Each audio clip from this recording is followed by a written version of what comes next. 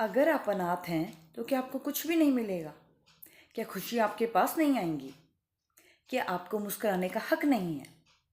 जी हाँ, आज की ये कहानी मुझे बहुत अच्छी लगती है। और मुझे मुझे नहीं, मेरे भाई बहनों को भी बहुत अच्छी लगती है। मुझे लगता था उन्हें सिंड्रेला की कहानी पसंद है, लेकिन उन्हें सिंड्रेला की कहानी पसंद क्यों है? क्योंकि ये लंबी बहुत है, लंबी है। और कुछ दीदी सुनाती है तो इनको बहुत अच्छी लगती थी। मेरे दोनों भाई बहन बहुत ज़िद किया करते थे कि दीदी हमें यही कहानी सुननी है। और मैं कहती थी रोज़ एक कहानी सुन के तुम बोर नहीं होते? तो वो कहते थे नहीं दीदी हम बोर नहीं होते। जैसा कि आपने नाम सुना, ये सिंड्रेला नाम की एक लड़की की कहानी है। एक लड़की जो अपने माँ बाप के साथ खुशी खुशी रहा करती थी, पर कुछ दिनों के बाद उसकी माँ एक्सपायर हो जाती है और उसके पिताजी दूसरी शादी कर लेते हैं। दूसरी माँ जब आती है तो दूसरी माँ इसके साथ बहुत बुरा व्यवहार करती है। वो इसे मारती है, खाना नहीं देती, घर के सारे काम करवाती है। सिंड्रेला बहुत दुखी होती है, बहुत रोती है। एक दिन वो अपने पिताजी से कहती है कि पिताजी, माँ मेरे साथ बहुत बुरा व्यवहार कर रही है। अब ये जो सिचुएशन आई हुई थी, इसको इसके पिताजी बदल तो नहीं सकते थे। तो उन्होंने क्या किया, उसको कहा कि बेटा मैं तेरे लिए एक पौधा लेकर आता हूँ, तू पीछे के आंगन में इसको उगा दे और तू इससे बात किया कर, अपने दुख दर्द तू इसे बताया कर, क्योंकि मैं काम के सिलसिले में बहुत दिनों तक बाहर रहता हूँ। तो तू अकेलापन भी महसूस नहीं करेगी। तू सोचा कर तू अपनी माँ से बात कर रही है। जब उसके पिताजी से पौधा देते हैं तो पीछे आंगन में इस पौधे को लगा देती है। कुछ दिनों के बाद इसके दो बहनें होती हैं। इसकी जो माँ है वो दो जुड़वा बेटियों को जन्म देती है। इसकी माँ का व्यवहार इसके साथ बहुत ज़्यादा खराब होता है। सारे काम करवाना, खाना ना देना, पिटाई करना, अच्छे कपड़े पहनने के लिए ना देना। धीरे धीरे ये तीनों बेटियां बड़ी हो जाती हैं। ये बड़ी होती हैं तो वहाँ का एक जो राजा था वो अपने बेटे के लिए राजकुमारी ढूंढ रहा था। तो उसने कहा अगले सोमवार को मेरे यहाँ पे एक बहुत बड़ी पार्टी है जिसमें देश विदेश से सब मेहमान आएंगे, आप लोग भी आना। ये मुनादी पूरे गांव में, पूरे शहर में करवा दी गई। सिंड्रेला का बहुत मन था इस पार्टी में जाने का, तो पीछे पेड़ के पास आके रोने लग गई। अपनी बात बता के फिर उसकी माँ चिल्लाने लगी, इधर आ, कि हम तीनों बाहर जा रहे, तू घर का ख्याल रखना। और वो तीनों कहाँ गए? उन बेटियों के लिए अच्छे अच्छे कपड़े सिलवाने के लिए चली गई। उन बेटियों के लिए अच्छे अच्छे फुटवियर लेने के लिए चली गई कि मेरी बेटियां सबसे सुंदर दिखें। और अपनी बेटी के लिए उसने बहुत सुंदर सुंदर गाउन सिलवाए। और जब वो घर आती है, दिखाती है, तो सिंड्रेला को बहुत दुख होता है कि मेरे पास तो कपड़े भी नहीं हैं। अब इसकी माँ क्या करती है, जिस दिन पार्टी वाला दिन होता है, तीनों माँ बेटी बहुत सुंदर सुंदर गाउन, बहुत सुंदर सुंदर कपड़े, फुटवियर, चप्पल वगैरह सब पहन के चल पड़ती हैं। तो अब इस लड़की का क्या करे, सिंड्रेला का? उसकी माँ क्या करती है, जो चीनी होती है और जो दाल होती है, हरी मूंग की दाल होती है ना, उनको मिक्स कर देती है। एक बोरी चीनी की और एक बोरी पूरी की पूरी दाल की मिक्स कर देती है। और कहती है कि जब तक हम आएंगे तब तक तुझे ये दाल और चीनी अलग अलग करके रखनी है। और वो तीनों माँ बेटी उस पार्टी में चली जाती हैं। सिंड्रेला को बहुत रोना आता है। वो फिर अपने पेड़ के पास जाके बैठ जाती है और वहाँ बैठी बैठी रोने लग जाती है। तो उस पेड़ में एक परी रहा करती थी। और वो परी उतर के आती है, कहती है बेटा तू आज इतना क्यों रो रही है?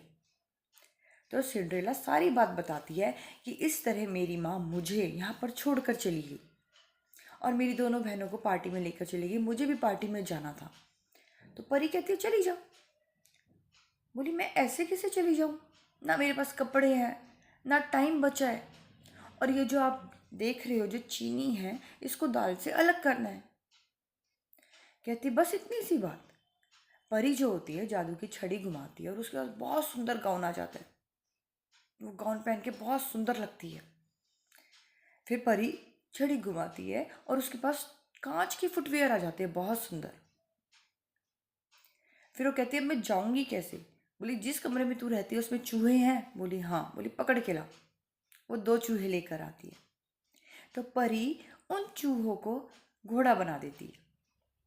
बोली तेरे घर में कद्दू है? बोली हाँ है। बोली कद्दू लेकर आ। वो कद्दू लेकर आती है। परी उस छड़ी से उस कद्दू को रथ बना देती है। फिर भी वो रोने लग जाती है। बोली अब क्यों रो रही है? बोली मेरे बाल देखो कैसे उलझे हुए हैं। बोली बस इतनी सी बात। पर ये छड़ी घुमाती है और उसके जो बाल होते हैं ना वो बहुत सुंदर हो जाते हैं। अब वो किसी राजकुमारी से कम नहीं लग रही थी। पर फिर वो रोना शुरू कर देती है। तो परी कहती है अब क्या हुआ? बोली ये चीनी और दाल का क्या करूं? मेरी माँ ने कहा है जब तक मैं आऊंगी तब तक ये अलग अलग हो जाने चाहिए। बोली बस इतनी सी बात। वो चींटियों को बुलाती है और जो चींटियाँ होती है ना वो उस चीनी को अलग कर देती है, अपने काम में लग जाती हैं। अब क्या है, चीनी अलग हो रही है और दाल अलग हो रही है, इसका ये काम भी हो गया। जब ये जाने के लिए तैयार होती है ना, उस रथ में बैठती है, तो परी कहती है सिर्फ एक कंडीशन है मेरी कि 12 बजे तक वापस आ जाना। अगर तुम 12 बजे तक वापस नहीं आई तो ये जो रथ बनाया है ये कद्दू बन जाएगा, ये जो घोड़े बनाए हैं ये चूहे बन जाएंगे, और तुम्हारे जो कपड़े फुटवियर बाल जो तुम सुंदर लग रही हो, तुम बिल्कुल अपने वेश में आ जाओगी, जैसे तुम पहली थी वैसी ही हो जाओगी। बोले ठीक है मैं 12 बजे तक आ जाऊंगी। अब ये चल पड़ती है। इसका घोड़ा सरपट दौड़ रहा है बहुत तेजी के साथ और महल के सामने रुक जाता है। ये उतरती है, सीढ़ियाँ चढ़ती है और अंदर जाती है। ये इतनी सुंदर लग रही थी कि वहाँ पे जितने भी राजकुमार थे, जितने भी राजा रानी, जितने भी लोग थे, सब इसको देखने लग जाते हैं।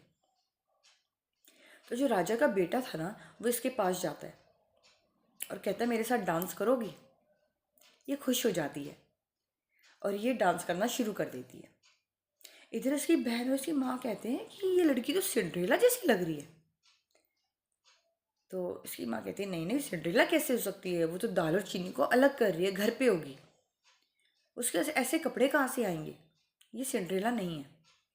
पर उसकी बहनों को थोड़ा थोड़ा शक होता है कि माँ ये हमें सिंड्रेला लग रही है। उसकी माँ कहती है तो ठीक है, घर जाके पता चलेगा कि दाल और चीनी अलग अलग हुए हैं या नहीं, सिंड्रेला घर पे है या नहीं। अभी डांस करती है बहुत खुशी खुशी करती है। जैसे ही घड़ी में 12 बजते तो टन टन टन जब शुरू होती है ना, तो ये जैसे देखती कि 12 बज गए तो ये राजकुमार का हाथ छोड़ के भागती है। राजकुमार सोचते है ये ऐसे भाग क्यों रही है, तो राजकुमार इसके पीछे पीछे भागता है। जैसे ही भागती है तो सीढ़ियों पे इसका एक सैंडल रह जाता है। ये पीछे मुड़ के देखती है कि सैंडल लूँ या ना लूँ। फिर ये सोचती है कि मैं अपने रूप में आ जाऊँगी, इससे अच्छा है कि मैं सैंडल छोड़ दूँ, और वो भाग के अपने रथ में बैठ जाती है और वो घर पहुँच जाती है। जैसे ही वो घर पहुँचती है वैसे ही उसके जो घोड़े थे वो वापस चूहे बन जाते हैं। उसका जो इतना सुंदर रथ था वो कद्दू बन जाता है, और जो उसके कपड़े थे वो वैसे ही पहले वाले कपड़ों में आ जाती है। और वो देखती है कि दाल और चीनी अलग हो चुकी हैं, तो दाल को सारी को बोरी में भर देती है और चीनी को भर देती है। अब इसकी माँ और बहनें आती हैं, वो देखती हैं अरे ये तो घर पे ही है, और इसने दाल और चीनी को अलग भी कर दिया इतने टाइम में, इसका मतलब वो सिंड्रेला नहीं थी। उधर राजकुमार कहता है अगर मैं शादी करूंगा तो मैं उसी लड़की से शादी करूंगा जिससे मैं डांस करा था, जिसके साथ मैं था। तो उसके पिताजी कहते हैं कोई बात नहीं, पर उसका नाम क्या था? बोला मुझे नहीं पता। बोला बेटा उसका गांव क्या था? बोला मुझे नहीं पता। बोला तो तू इतनी बड़ी दुनिया में मुझे ढूंढेगा कैसे? बोला इस सैंडल से, जिस लड़की को ये सैंडल आएगा ना मैं उसी लड़की से शादी करूंगा। तो उसके पिताजी कहते हैं ठीक है। अगले दिन सारे गांव में वो घूमते हैं कि ये सैंडल हर एक लड़की को पहना के देखा जाएगा, जिसको ये सैंडल आ गया उसी से राजकुमार शादी करेगा। सबको पहनाया जाता है पर किसी के पाँव में नहीं आता। किसी को सैंडल बड़ा होता है, किसी के छोटा होता है, किसी के पाँव मोटे होते हैं तो आता नहीं है। ऐसे ही जब वो सिंड्रेला के घर के बाहर आते हैं तो इसकी माँ सिंड्रेला को पीछे वाले कमरे में बंद कर आती है, और इसकी बहनों को सैंडल पहना पहना के देखा जाता है। पर इसकी बहन इतनी मोटी होती है कि उनके पाँव में सैंडल नहीं आता है। सिंड्रेला ऊपर अपने कमरे में बैठी थी खिड़की में, तो राजकुमार की नज़र पड़ती है। राजकुमार कहता है कि इस लड़की को क्यों नहीं बुलाया नीचे? तो उसकी माँ बोली ये पार्टी में ही नहीं आई थी।